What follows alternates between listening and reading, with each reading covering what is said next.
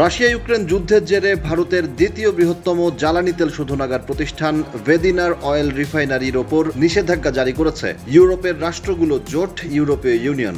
EU পররাষ্ট্র বিভাগের প্রধান কাজা কালাস এই তথ্য নিশ্চিত করেছেন। ভেদিনার অয়েল রিফাইনারি ভারতের পশ্চিমাঞ্চলীয় রাজ্য গুজরাটের ভেদিনার শহরে অবস্থিত। 1996 সালে ভারতীয় কোম্পানি নায়ারা এনার্জি লিমিটেড এবং রাশিয়ার রাষ্ট্রায়ত্ত কোম্পানি রোসনেফটের যৌথ উদ্যোগে প্রতিষ্ঠা করা হয় এই তেল শোধনাগার। এই শোধনাগারের 49.13% শেয়ারের মালিক রোসনেফট।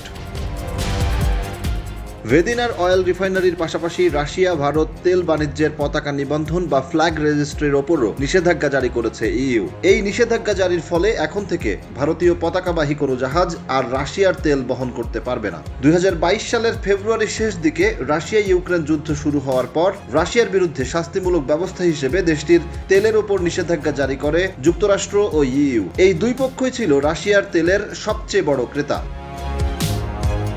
তবে রুশ তেলের অপর ক্রেতা ভারত কোনো নিষেধাজ্ঞা জারি না করে উপরন্তু রাশিয়া থেকে তেল কেনার পরিমাণ বাড়িয়ে দিয়েছে। বর্তমানে রাশিয়ার তেলের সবচেয়ে বড় ক্রেতা চীন, তারপরে রয়েছে ভারত। রাশিয়া ইউক্রেন যুদ্ধকে কেন্দ্র করে এই প্রথম ভারতীয় কোনো প্রতিষ্ঠানের ওপর নিষেধাজ্ঞা জারি করল ইইউ। সামাজিক যোগাযোগ মাধ্যম এক্সে পোস্ট করা এক বার্তায় কাজা কালাস বলেছেন, আমরা ক্রেমলিনের যুদ্ধ বাজেটের মূলে আঘাত করতে চাই, সেজন্যই এই পদক্ষেপ নেওয়া হয়েছে।